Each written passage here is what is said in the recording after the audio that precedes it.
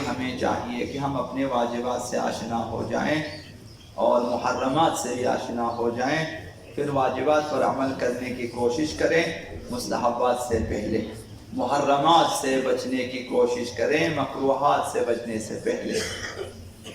جو بھی واجبات پر عمل کرے گا اور محرمات سے پرہیز کرے گا، اللہ کے نزدیک بہترین شخص وہی ہے، مستحبات کی بات ہی نہیں ہے وہاں پہ، جب تک واجبات پہ عمل نہ کیا جائے۔ یہ ایک دو احادیث آپ کی خدمت میں عرض ہوں گی۔ آقا امام سجاد علیہ السلام نے من عمل بما افترض اللہ علیہ فهو من خیر الناس، جو بھی شخص اللہ کی طرف سے واجب شدہ فرض شدہ چیزوں پہ عمل کرتا ہے، واجبات پہ عمل کرتا ہے، وہ بہترین لوگوں میں شمار ہے۔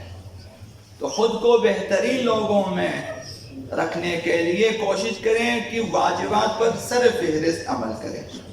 دوسری حدیث مبارکہ آقا امام صادق علیہ السلام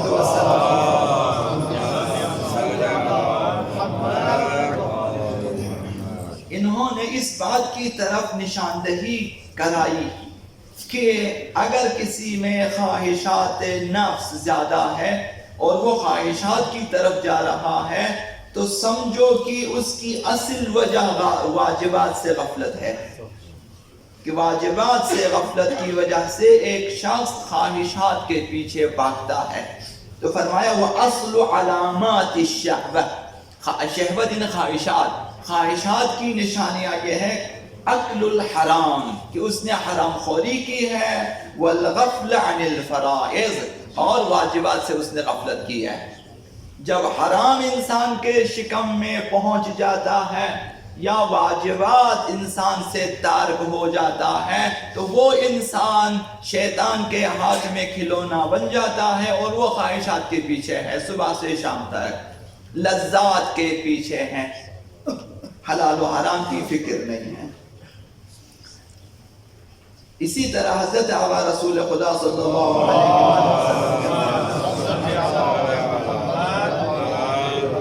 اس بات کی طرف نشاندہی کی کہ اگر خداوند متعال کا قرب حاصل کرنا چاہتا ہے، خداوند متعال کی خوشنودی اور رضایت کو حاصل کرنا چاہتا ہے تو واجبات پر عمل کیا جائے۔ تو فرمایا ما تقرب الی عبد، پیغمبر اسلام فرماتے ہیں کہ خداوند متعال کا یہ فرمانا ہے کہ کوئی بھی چیز بندے کو مجھ سے قریب نہیں کر سکتی، احب الی مما افترضت علیہ، میرا کوئی بھی بندہ میرے واجبات پر عمل سے بڑھ کر کسی اور چیز کے ذریعے میرا قرب حاصل نہیں کر سکتا۔ واجبات پر عمل کیا، آپ مطمئن رہیں کہ آپ اچھے لوگوں میں شامل ہیں، کہ آپ سے واجبات، مستحبات کی فکر بعد میں کریں، کتنے مستحبات آپ انجام دیتے ہیں وہ بعد میں سوچیں، پہلے یہ سوچیں کس قدر آپ واجبات پر عمل کرتے ہیں۔ ایمانی زندگی میں واجبات کا اہم کردار ہے، ایمانی، معنوی، دینی، الہی زندگی میں واجبات کا کردار ہے کہ آپ مؤمن ہیں اور آپ کی مؤمنانہ زندگی میں واجبات کا کردار ہے۔ واجبات کا مؤمن انسان کی خودسازی میں بہت اہم کردار ہے، اس کے بغیر خودسازی بے معنی ہے۔ خودسازی یعنی یہ کہ واجبات پر عمل کیا جائے۔ اب حضرت آیت اللہ رضا گلبائگانی، ان کی کتاب اپنے زمانے میں مجمع المسائل، وہاں کسی نے سوال کیا تھا کہ میں چاہتا ہوں کہ عرفان پڑھوں یا پھر عرفانی بن جاؤں، سیر و سلوک کروں۔ ان کا جواب موجود ہے، انہوں نے فرمایا کہ اگر تم سیر و سلوک کرنا چاہتے ہو، عارف بننا چاہتے ہو، سب سے پہلے دیکھ کہ توضیح المسائل پہ عمل کرو۔ سبحان، توضیح المسائل میں جو احکام بیان کیے ہیں واجبات، اس پر عمل کریں، عارف بن جاؤ گے۔ یعنی بنیاد یہی ہے، واجبات کے انجام دینے اور محرمات سے پرہیز کو انسان کی خودسازی کی بنیاد شمار کیا ہے۔ واجبات کو انجام دینا اور محرمات کو ترک کرنا اہم ترین امور میں سے ہے جو انسان کو خداوند متعال کے نزدیک کر دیتے ہیں۔ واجبات کو انجام دینا اور محرمات کو ترک کرنا انتظار آقا امام زمان اجل اللہ تعالی فرجہ الشریف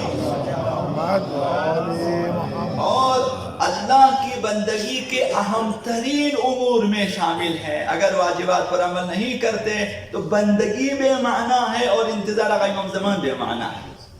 اس کے بغیر انتظار کا کوئی معنی نہیں بنتا، کوئی مفہوم نہیں بنتا ہے.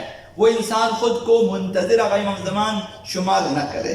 حضرت آیت اللہ بہجت رحمت اللہ علیہ انہوں نے فرمایا کہ مسلمانوں اور شیعوں کے گناہوں کے سبب امام زمان ہم سے غائب ہو چکے ہیں. ہماری غفلتوں کے سبب، دینی امور سے غفلتوں کے سبب آقا امام زمان غائب ہو چکے ہیں.